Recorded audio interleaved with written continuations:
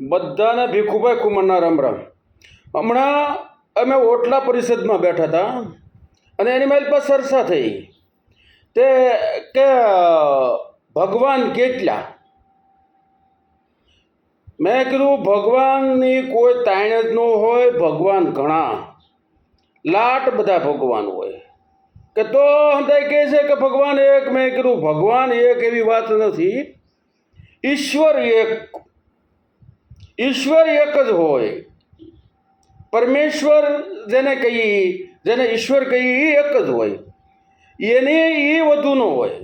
પણ ભગવાન તો અનેક હોય અને જુદા જુદા હવના ખાતા હોપેલા હોય, એટલે એ હવનું કામ કરે અને ભગવાન કહેવાય. જેમ મંત્રીઓની જેવી વાત છે એમ ભગવાન અલગ અલગ હોય. કોઈ પણ માણસને ભગવાનની પદવી દઈ શકાય, એને દેવ જેવો કહી શકાય, એને ઈશ્વર જેવો ન કહેવાય. ઈશ્વર એક જ છે અને ઈશ્વરની જે કાંઈ કરામત છે, ઈશ્વરની જે કાંઈ લીલા છે, ઈશ્વરનું જે કાંઈ કરેલું છે એની મારી પાસે ક્યાંય ભૂલ ન હોય. ભૂલ માનવ સર્જિતમાં હોય, ઈશ્વર સર્જિતમાં ભૂલ ન હોય. અને ઈશ્વર જે કરે એ જ સમગ્રમાં એ જ થાય. અને ઈશ્વર એટલા માટે કે એ વ્યાપક છે, એ એક જગ્યાએ નથી. અણુ અણુની માઇલપા એનો વાસ છે, એક એક જગ્યાએ. અને એ એટલો બધો સૂક્ષ્મ નાનામાં નાનો છે કે જેને કોઈ પણ હિસાબે જોઈ ન શકાય. નગર તમારે કાંઈ પણ દર્દ હોય, કાંઈ પણ નાના જીવાણુ હોય તો એને લેબોરેટરી દ્વારા જોઈ શકાય. કે લેબોરેટરીથી હાવ નાનામાં નાનો જીવંત હોય તો પણ એને જોઈ શકાય. પણ આ ઈશ્વર તો તમામે તમામ કરતા નાનો છે, એટલે એને કોઈ જોઈ ન શકે. પણ એની લીલાને પણ કોઈ ન પામી શકે. એની લીલા પણ એવી. અને ઈશ્વર એટલે તમામે તમામ ના આત્માની માઇલપા બિરાજમાન છે એને પરમેશ્વર કહેવાય. આત્મા સો પરમેશ્વર, એટલે હરેકના આત્મામાં છે, હરેકનું દેખરેખ રાખે છે. એની માઇલપા 84 લાખ યોની હોય તો તમામે તમામની માઇલપા એની જ નજર છે. અને એ જેવા તમે કર્મ કરો એવા તમને ફળ મળે છે. અને એની માઇલપા આ જ અવતારની વાત એમાં નથી અને નથી. અવતારોની વાત છે. એક અવતાર નહીં પણ અવતારો, કેટલાય અવતારો. અને એ તમામ અવતારની માઇલપા ક્યાં કોની હારે તમારે લેણા દેવી છે, કોની હારે લેતી દેતી છે, એ એક અવતારમાં પૂરું થાય નહીં. અને એ ક્યારે પણ પૂરું ન થાય. એ ક્યારેક તમારું લેણું થઈ જાય, ક્યારેક કોકનું હાથ મારી પાસે લેણું પણ થઈ જાય. અને એ પૂરું કરવા માટે બીજા અવતાર લીધા જ કરવાના હોય. એટલે અવતાર પછી અવતાર લેવાના હોય.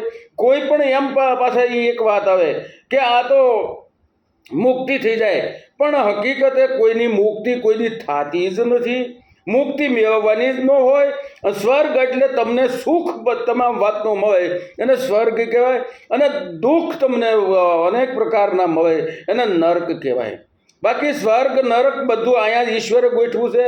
બધી એને લીલા જે કરી છે એની માઇલપા કોઈનો પણ ગમે એવા મહાન વ્યક્તિ હોય એ પણ બહુ વિચાર કરે ને તો એ અટવાઈ જ જાય. આ એટલું બધું એને ગોઠવણ કરી છે. તમે જુઓ કે આ જો સૂર્ય એની જગ્યાએ સ્થિર ન હોય તો શું થાય? તમે જુઓ શિયાળાની માઇલપા જ્યારે દક્ષિણના સૂર્ય થાય ત્યારે તમને ટાઈટ મળે બાવા. જ્યારે પાછા ઉત્તરના થાય અને બરોબર મજાને આવે તો એ તમને ગરમી થાય, તમે તોય ન રહી શકો, તમે ઠંડીથી ન રહી શકો. એટલા માટે એના બરોબર સ્થાને જ ઈશ્વરે ગોઠવો છે. જો એની ઉર્જા એટલી છે કે કોઈ દિવસ ખત્મ થતી નથી, કરોડો વર્ષ થઈ ગયા. એવી જ રીતે બધા નક્ષત્રો, તમામ જે નક્ષત્રો છે એ નક્ષત્રો, તમામ ગ્રહો પોતપોતાના એકબીજાના ગુરુત્વ આકર્ષણથી ફેર્યા જ કરે છે હજારો વર્ષથી. એની માઇલપા ક્યાંય ટેકનિકલ ખામી આવતી નથી. એ ક્યાંય ખોટવાતું નથી ક્યારે પણ. ઈશ્વરની જે ઈશ્વર સર્જિત છે એમાં ક્યાંય ખોટકો ન આવે. માનવ સર્જિતમાં જ ખોટકો આવે, માનવ સર્જિતમાં જ ભૂલ હોય, બાકી કોઈની ઈશ્વર સર્જિતમાં ક્યાંય ભૂલ ન હોય. અને આ માણસ માત્રને પછી ભલે અવતાર પર અવતાર લેવાના જ હોય, અને પછી એની મારી પાસે કેવો અવતાર આવે એ કહી ન શકાય. કારણ કે 84 લાખ યોની છે. એની માઇલ પર જેવા કર્મ કર્યા એવી યોનિની માઇલ પર તમારો જન્મ થાય. હોય પાસે સારા કર્મ થયા હોય તો બીજી સારી યોનિમાં જન્મ થાય.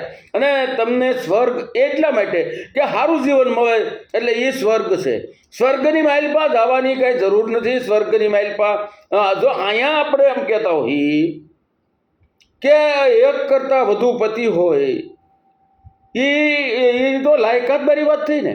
તો સ્વર્ગની માઇલ પર થઈ અને એ અપસરાવુની વાત છે. એ એક ઉપજાવી કાઢેલી છે માણસને આવે રવાડે ચડાવવાની વાત છે. બાકી સ્વર્ગમાં જવાનું ન હોય. સ્વર્ગ એ અહીંયા છે. અને એમ ઈશ્વરની જે કાંઈ લીલા છે એ તમામે તમામ ઈશ્વર જે કાંઈ કરે છે એ તમામ સારું કરે છે. અને વાત એ રહી કે આપણે સ્વર્ગ મુક્તિ કેમ ન મળે, કે ભાઈ કોઈ જીવાત્માની મુક્તિ ક્યારે મળવાની નથી, મળી નથી અને મળશે પણ નહીં. કારણ કે જ્યારે આ પૃથ્વીનું સર્જન કર્યું અને જ્યારે આ જીવાત્માની જ્યારે ઉત્પત્તિ કરી બ્રહ્માજીએ, અને બ્રહ્માજીએ ત્યારે પ્રથમ 60,000 જીવાત્મા પ્રગટ કર્યા. ત્યાર પછી એની માલિકમાંથી જીવાત્મા પ્રગટ થાય એ હિસાબે ત્યારે બ્રહ્માજીએ નારદજીને એટલે પોતાના માનસ પુત્ર નારદજીને કીધું કે તમે આના આશ્રમે લઈ જાઓ તમારા, અને આ જીવાત્માને એવું શિક્ષણ આપો કે જેથી કરીને સૃષ્ટિનું એક દારૂ ચક્ર ફર્યા કરે, એમાંથી મૃત્યુ થાય અને પાછો જન્મ થાય, એ રીતનું ચક્ર ફર્યા કરે એવી એને જ્ઞાન આપો. પણ નારદજીએ આ 60 જીવાત્માઓને 60,000 જીવાત્માઓને એવું આપ્યું કે આપણે મુક્તિ મેળવી લેવાય, આપણે જન્મ લેવા નથી. અને જ્યારે બ્રહ્માજીએ પૂછ્યું કે ભાઈ તમે કેવું શિક્ષણ આપ્યું અને આ લોકોને કીધું કે તમારે કેવું જીવન જીવવું છે, ત્યારે કીધું કે અમારે મૃત્યુ લોકમાં જવું નથી, અમારે તો મુક્તિ જોઈએ છે. અને ત્યારે બ્રહ્માજી કોપાયમાન થયા અને એને શ્રાપ આપ્યો કે ભાઈ કોઈ દિવસ મુક્તિ તમને મળશે નહીં અને કોઈ પણને મુક્તિ તો ન જ મળે, માટે તમે હવે ભટકતા આત્મા થઈ જાઓ. એટલે એ 60,000 આત્મા ભટકતા આત્મા થયા હતા. અને ત્યારે નારદજીને કીધું કે ત્યાં ઉઠી અને આવું ત્યાં જ્ઞાન આપ્યું. મેં જે સૃષ્ટિનું સર્જન અને હાલ્યા કરે એ માટેની મેં તને કીધું હતું, અને ત્યાં આવું એને જ્ઞાન આપ્યું. માટે હું તને શ્રાપ આપું છું કે હવે તું ક્યાંય પણ સ્થિર નહીં રહે. એટલે નારદજી ક્યાંય કોઈ દી સ્થિર હોય નહીં, એ તમામ જગ્યાએ ભટકતા જ હોય. ઘડીક જાય તો દેવલોકમાં જાય, ઘડીક સૂર્યલોકમાં જાય, પૃથ્વીલોકમાં જાય, એ બધે ભટકતા હોય. એટલે કોઈ પણ મુક્તિની વાત જે આવે છે એ આ 60,000 આત્મા જે છે એ ભટકતા થયા અને પછી તો આકાશની માઇલ પર નહીં, પૃથ્વી ઉપર નહીં ક્યાંય, અને એ ભટકતા જાય અને રાયડું નાખ્યા કરે કે અમને મુક્તિ આપો, અમને મુક્તિ આપો, અમને. પણ એ મુક્તિ કોઈ દિવસ મળે નહીં. પછી દેવતાઓ એ